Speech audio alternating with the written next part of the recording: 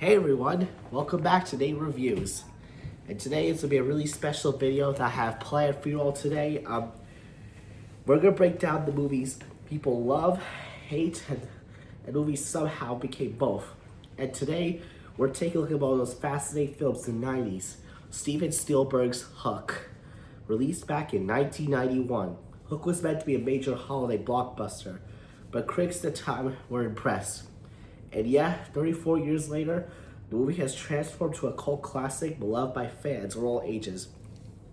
So today we're diving deep into why Hook is actually a fantastic Peter Pan sequel, exploring the cast, the story, the themes, and why this film's legacy has grown stronger with time. So without further ado, let's fly off to Neverland.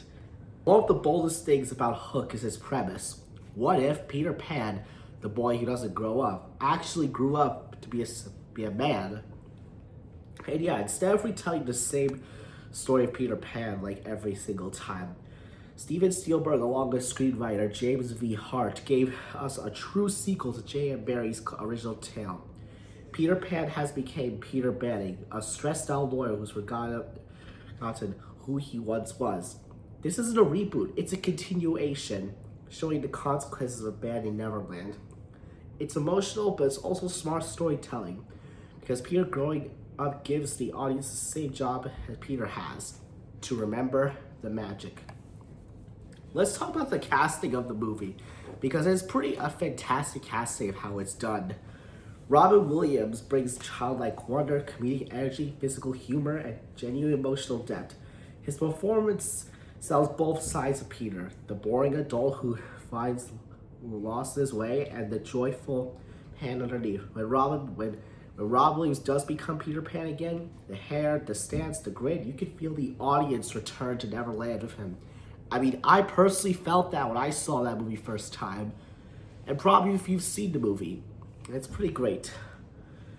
Next up, Dustin Hoffman, who plays the villain as Captain Hook. He does a great, hilarious, intimidating, and steamingly tragic Captain Hook.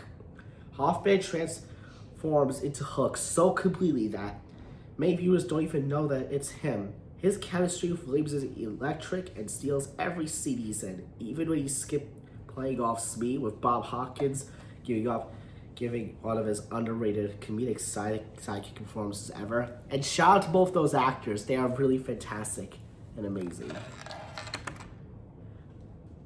Now I want to tell you guys the story, the heart, and the themes of the movie that Steven Spielberg personally himself put into it for this movie. Steven Spielberg was the king of childhood wonder in the 80s, from E.T., The Goonies, and Close Encounters, but this movie, Hook, was the first time he explored something very new, and that's the feeling of losing childhood. This story hits pretty hard. Peter becomes a father who forgot how to be who he was. His kids don't know him as the hero he was before. And Neverland becomes a metaphor where we discover joy and imagination. The emotional payoff, Peter's embracing his role as a dad, not just as Pan, is a message works every day.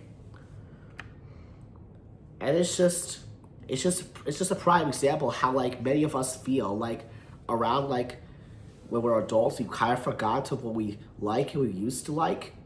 It's just shocking. This movie has a clear amount of message it has. I'm very impressed. Back in 1991, critics at the time complained of how the movie was too colorful, too chaotic, too sentimental, and too long for 2-hour-long runtime. But here's the thing, those flaws are the point. Neverland is supposed to be overwhelming. It's supposed to be messy, loud, playful, and emotional. Steven Spielberg created a giant live-action playground. Some critics did just vibe at that. But for audiences who grew up with imagination, yeah, we got that. The world's full of CGI blockbusters as of today. Hook looks pretty better here, because why? Because Steven Spielberg built a full-scale Neverland sets. The pirate town, the Lost Boys hideout, the giant ship, the stages. These places feel alive, like you are actually part of the story. And I'm virtually impressed of how the filming is done. Of course, since this is a video about Hook, we can't talk about Ralph Fiennes. Dante Basico, who became a legend practically overnight. Fans loved Ralphio because he represents the boy Peter used to be. And fun fact, that actor, Dante Biasco, he would later voice Prince Zuko in Avatar The Last Airbender. So shout out to that actor. He's really great. The Lost Boys movie are chaotic, hilarious, and perfectly cast. And their food fight scene was pretty one of those recognizable moments in 90s cinema. But just use your imagination. It's a simple line, but very powerful. So why is Hook a cult classic now? Because 34 years later, this movie hits very differently. Social themes are clearer for adults. Nostalgia highlights the movie's charm, performances age beautifully, and the practical filming feels like compared to modern blockbusters. What it felt like too much now feels like a movie that dared to be heartfelt in the clinical era. So here are my final thoughts of the movie. Hook isn't just made for critics. It was just made for people who refuse to let their childhoods die. It's messy, it's imaginative, emotional, and sincere. And that sincerity is why the film has lasted. Rob Williams' legacy, Dustin Hoffman's iconic villain, Steven Spielberg's visual imagination, all of us why this, it reminds us how all of us mean so much for the people of this movie. And it's a lot.